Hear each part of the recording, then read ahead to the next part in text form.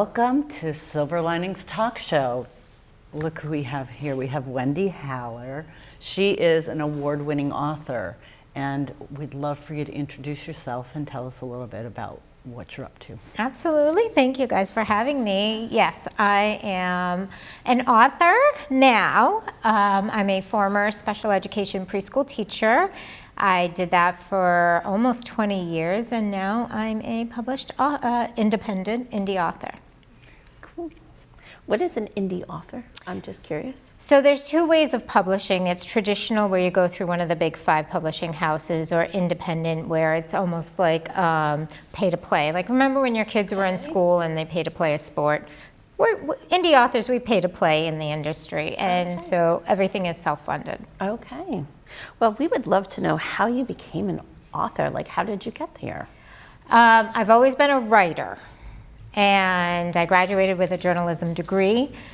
I just didn't have enough confidence in myself when I graduated to actually put my writing out there, and now I can honestly say I didn't have enough life experience. And so as we talk more, you'll see I definitely write from life experiences. Nice. And so I ended up going into teaching. I taught, like I said, for almost 20 years as a preschool special education teacher. And then I was taken out of work due to I have psoriatic arthritis, which is a chronic progressive illness. And when my doctors took me out of work is when I took on this authorship. Very cool. Mm-hmm. To be able to step into that space. It must have been a hard decision, yeah. When you're kind of thrust into this, okay, you're done with that. Mm-hmm. Mm-hmm. Well, it's interesting when you have a career. Like, I thought I was going to retire as a teacher. That doing anything else was not even on my radar. Like I said, I always wrote. I wrote for myself. My family knew I'd shared my poetry and stories with them. However, when I was taken out and my doctor said because of my disease, I'm immune compromised, and I work with, fragile little germy preschoolers, and my doctor, and we had another round of COVID surge. I had been on intermittent FMLA, and my doctor was like, you can't go back in the classroom. I think that Diane might have a question that leads Relates. right into that Oh, sure. storyline. Yeah, Yes. Diane, go ahead. Yes, hi Wendy, so great to see you today. You too. I'm curious about how, if you could share your perspective on how your recent health challenges have impacted all that you're doing today with your career and your life trajectory. What's interesting about this disease is every day is different, and I never know. So a lot of it is really having a lot of grace with myself. My son is really the one that kind of gave me the push to really embrace my writing and start putting it out more publicly. And he basically said, Mom, you're home now. Like, this is your time to do it. And after, I had about a month where I was feeling really sad because I couldn't go back to work. I had, we have mom guilt, I had teacher guilt. And then it was like, okay, I can sit here and feel sorry for myself, or I can take advantage of this opportunity and finally do what I always in my heart wanted to do. And so that's kind of been the trajectory of me writing. However, there are days that I can and can't, whether it's pain or I can't focus. Weather is a big indicator for this disease, and there's really no rhyme or reason. So I also have to have grace and know, okay, I can't today, and that's okay. Yeah, I love that you're, in a sense, okay with that. You realize it and which is why you're choosing this. Yeah, and it was definitely a hard lesson. Like, I had to, we all go back and forth where it's like, I should be able to do this, and this is, why can't I? And you want to push yourself further. And then it's just knowing that the further I push myself, the harder my body is, or the longer it takes to recover. So it's finding that balance. It makes me think about, the saying of why is this happening to me, to kind of switch it to why is this happening for me. Yeah, yeah. And it sounds like the for me is where your son kind of did the little push, right? Yeah. Yep. And was like, hey mom, I think it's time for you to take this opportunity, and this is happening for you. Yeah, exactly. And it really, the most amazing part of this whole experience has been the fact that, again, I've always loved to write, but once I started, it was like this floodgate opened and I can't stop. Right now I'm in between where I finished my novel, it's at the publisher being formatted, it's coming out July 19th, so I have this space and time now.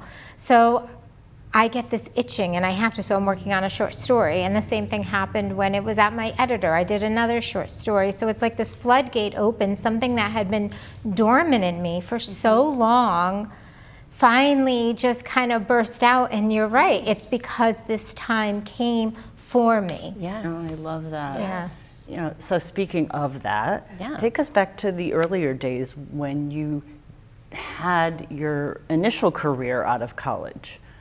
Yeah, You know, so you're winning Emmys and Yeah. things like that. Tell us that little story, because kind of what you said initially, you said, I didn't have the confidence. yeah.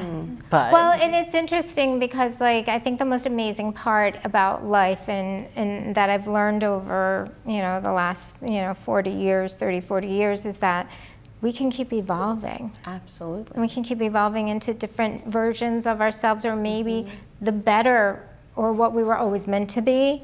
And so when I graduated with my journalism degree, I had an internship at a local news station who hired me. I was working in the graphics. I gravitated to that because I like the creativity of it.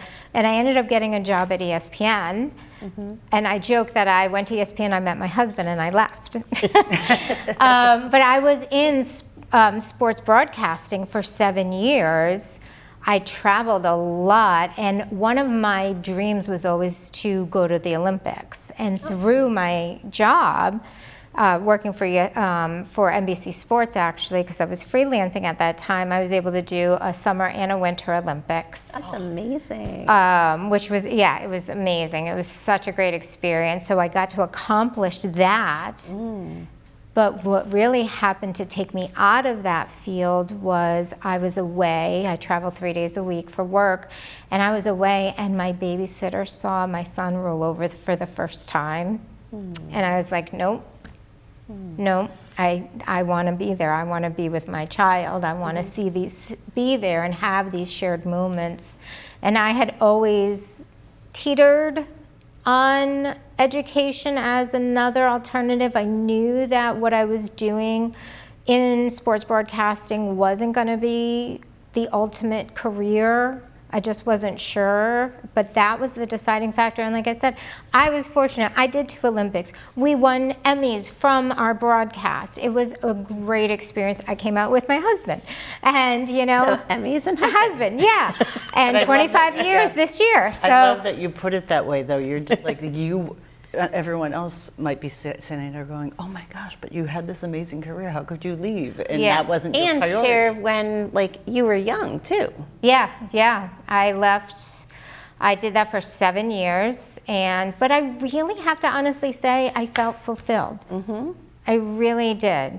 And I think doing those Olympics and doing the events and having the experiences I had, I was okay. I didn't regret any of that. And one of the things that we had talked about too before was how other people responded to you deciding to leave this amazing, stable, probably very adventurous, exciting job. Yeah. And how is that? Oh yeah, they all thought I was crazy. Yeah, absolutely. Because there's that, you're working for ESPN or you're working for NBC Sports, and I was, traveling all to these amazing places, and other networks and stuff. And yeah, it looks glamorous, and it was a lot of fun at the time.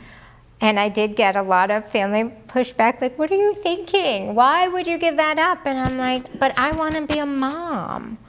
And I don't want to lose those opportunities with my child, you know, and again, like I said, I felt like I had accomplished what I wanted to. But you also have to have a lot of confidence to be able to make that decision and be able to stand firm with that decision when there's other people who are giving the pushback.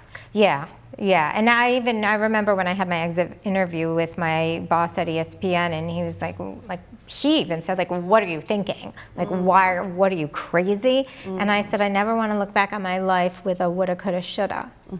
And I just felt like this is the time, and I need to do this. And it was a lot of like one foot in one door, one out the other. It took a few years to do the full transition because, you know, it was like I had a career, you know, and it was hard to give up a lot of those opportunities that came. So it took me a bit to transition to get to the point with myself to be like, oh, I'm really doing this. I'm doing this, here it goes. And then when I finished my last job, it was like, and I'm done. Okay. Yeah. Yes, absolutely. When we spoke earlier, you talked a little bit about generational trauma. Yeah. And I feel like that was also a transitional point for you in writing too. Can you discuss how there was this permission? Yeah. So my novels deal with generational trauma and generational healing. And I write, obviously, you write what you know, but I'm such an observer of people of the world. And again, having been a teacher for so long and having meetings and conferences with parents, and that always spoke to me about how we can carry so much of that trauma in our backpack. I always say the generational backpack, and how are you going to let it go?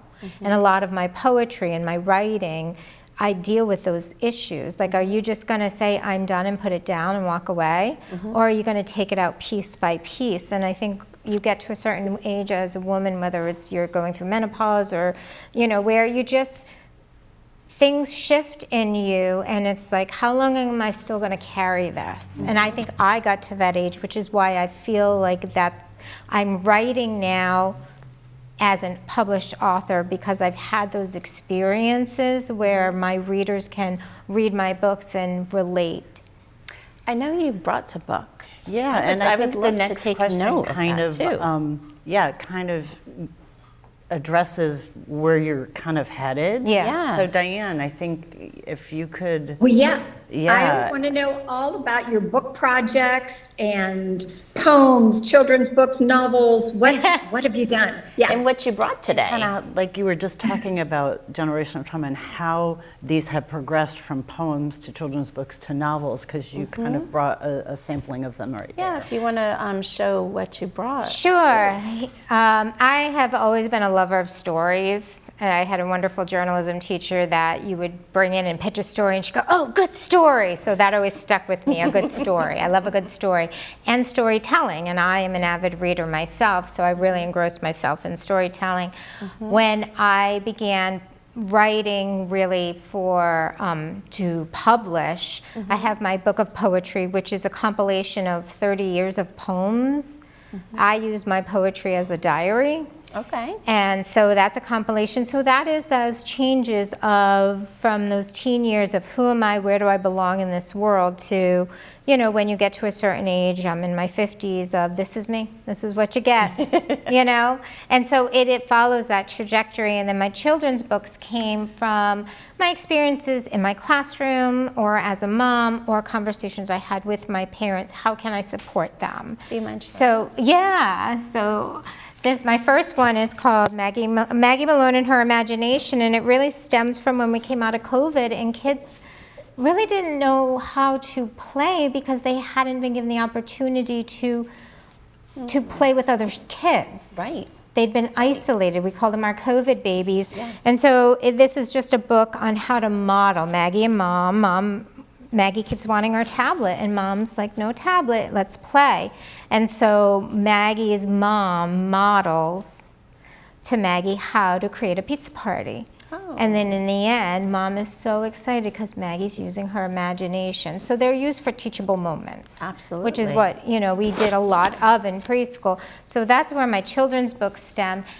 And I published my poetry book and my first 2 children's books, and then I wanted to prove to myself that I could write long form. Yeah. And that's where I started with the Flanagan Girls. And originally it was going to be a story about a couple who were bringing their 2 families together and learning how to raise their kids in their own way, when this one says we should do this and when this one, and and the merging of 2 families. But then as I was writing it, the oldest sister, Becca, is tapping on my shoulder, and she's like, no, that's my story. That's for the next one. And it's so crazy because your characters, you almost feel like a schizophrenic because your characters all of a sudden really start having conversations in your head. That.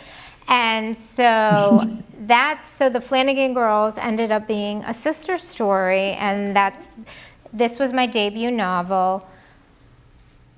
It was so, I can't even put into words the feeling of writing the end and proving something to myself that I can write long form. I can be a novelist. That was a dream I'd always had and always wanted to accomplish and never had really told anybody.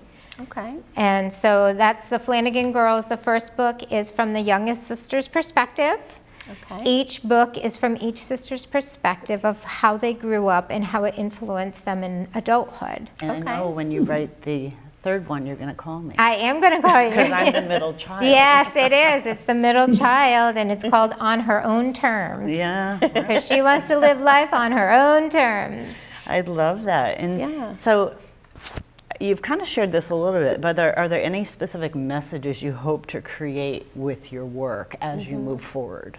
You're kind of tackling one thing at a time here. Yeah, so I like to say that I write stories about women because every woman has a life worth feeling. And I really think it's just to show that we've all experienced so many things in our lives, and we're still able to evolve to become and move into becoming all the different versions of ourselves, because this was not what I expected. Yep. But I'm embracing it. Yes, Like my disease knocks me down, moment to moment, minute to minute, hour to hour, day to day, but I can still find joy. And that's all I wanted to. Originally it was finding purpose in my day, since I wasn't going into the classroom, but now I'm finding joy. Nice. Yeah. And what about, you kind of shared what you found about it for yourself. How about what you hope to give messages in your work to others? What do you hope people get out of your stories, your novels? Yeah. I would love it if a reader, when they pick up the book, I hope that, because I write emotionally, character-driven books that are really emotionally driven. Yeah. And so I just hope that of all the characters, and there's always a comic relief character in there because you need that balance, Right. but they'll feel seen. Someone will read the book and find a character they relate to, or the experience they feel seen. The next book in the Flanagan Girls, Regret No More, is that it's following Becca, the oldest, and her mom in that journey from that mother-daughter relationship from adolescence to adulthood, and how it changes, and how as adults we start to see our parents as people. And so we making gain more that connection. understanding. Yes, yeah. As we get older, we're able to see things differently. Yeah. From a different perspective, and we're able to understand more decisions that were made, or why someone, chose X, Y, or Z. And that can be really tricky, Yeah.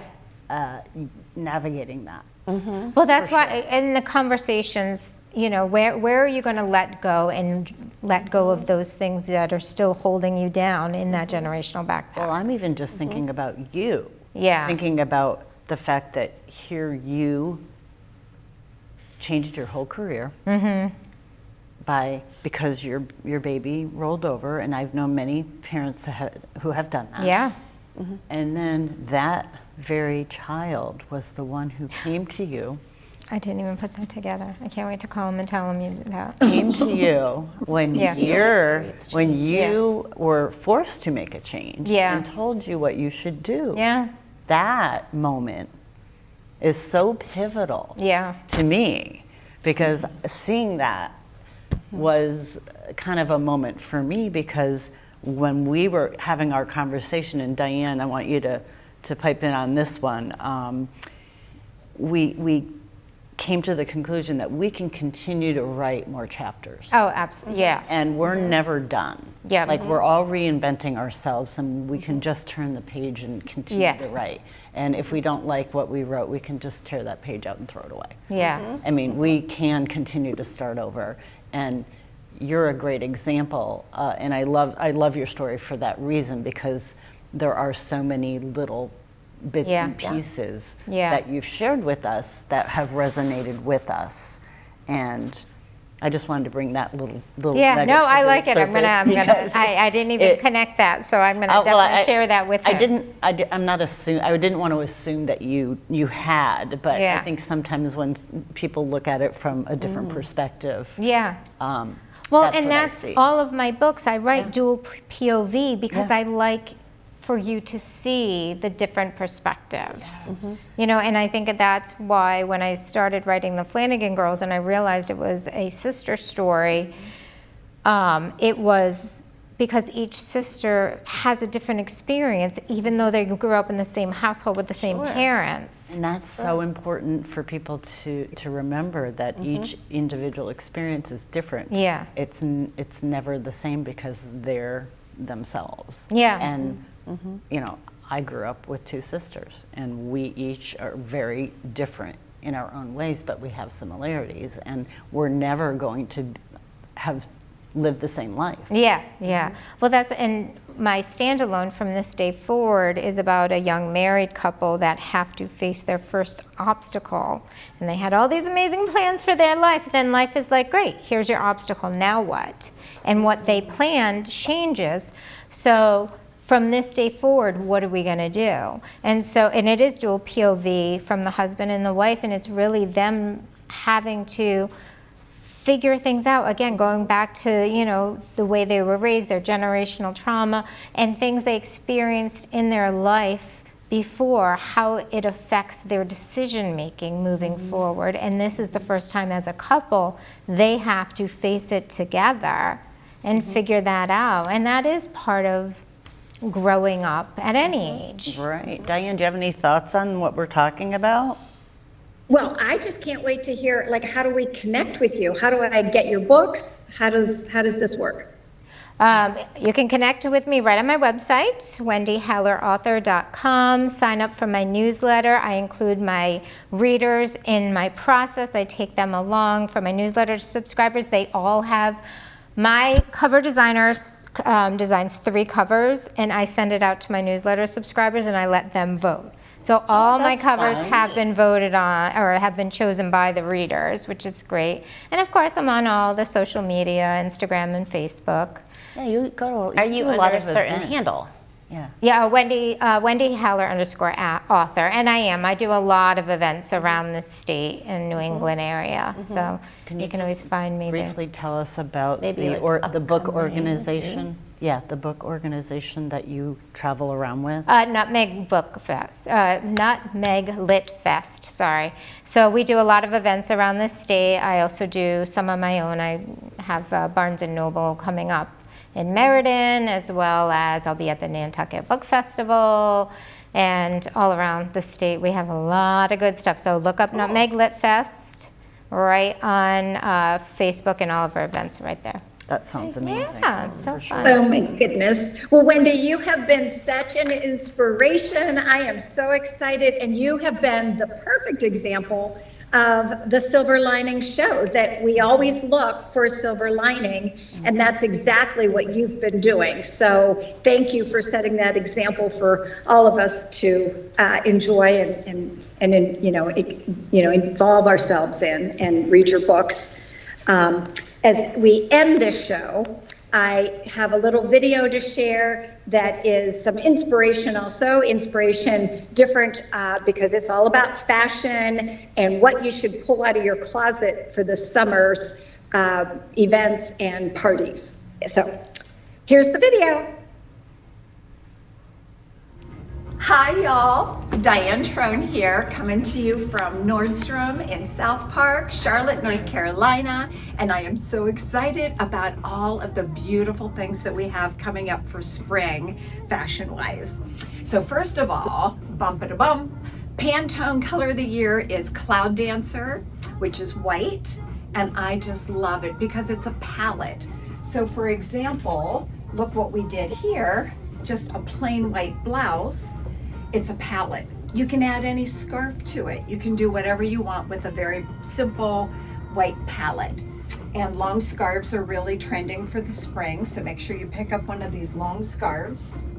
You can see what I have on here is my pearls that represents the Pantone color of the year, the Cloud Dancer, the white, and then WGSN is promoting teal as their color of the year. So you can see I have teal and I have the white, which makes it a really fun pop of color and an explosion. They're calling it an explosion of color for the spring.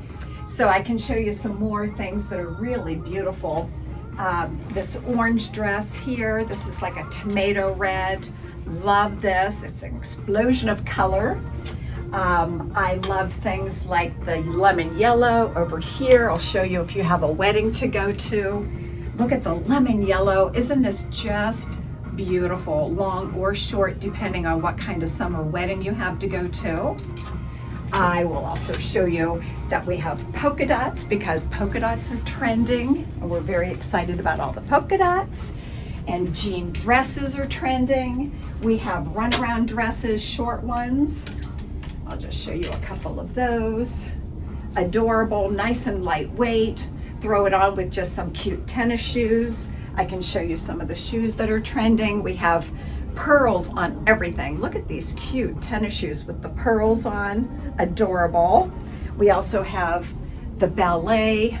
Look at these baby pink ballet, I guess runaround shoes. They're made like a tennis shoe. They look really comfortable. And we have also some long dresses too. These are the long jean dresses. Can't you just picture yourself running around in some of these beautiful dresses this summer, going to parties? There's one more beautiful one right here with the beautiful gold buttons down the front. And my friend Sandy is here, so we're going to switch camera here. There we go. Awesome. Perfect, Sandy. She's so beautiful in her dress. Oh my gosh. She has on this beautiful Veronica beard. It twirls around. It's, oh, look at, she's taken the jean jacket off. I love it with the jean jacket. But as a beautiful dress for the summer, picture yourself going to a wedding, an outdoor wedding, or going to something fun like a pool party. What do you think? It's think? nice and lightweight, and it's so comfortable. I would just enjoy wearing it at any kind of summer party. And you look so beautiful in it, Sandy. Thank you so much for being our model today.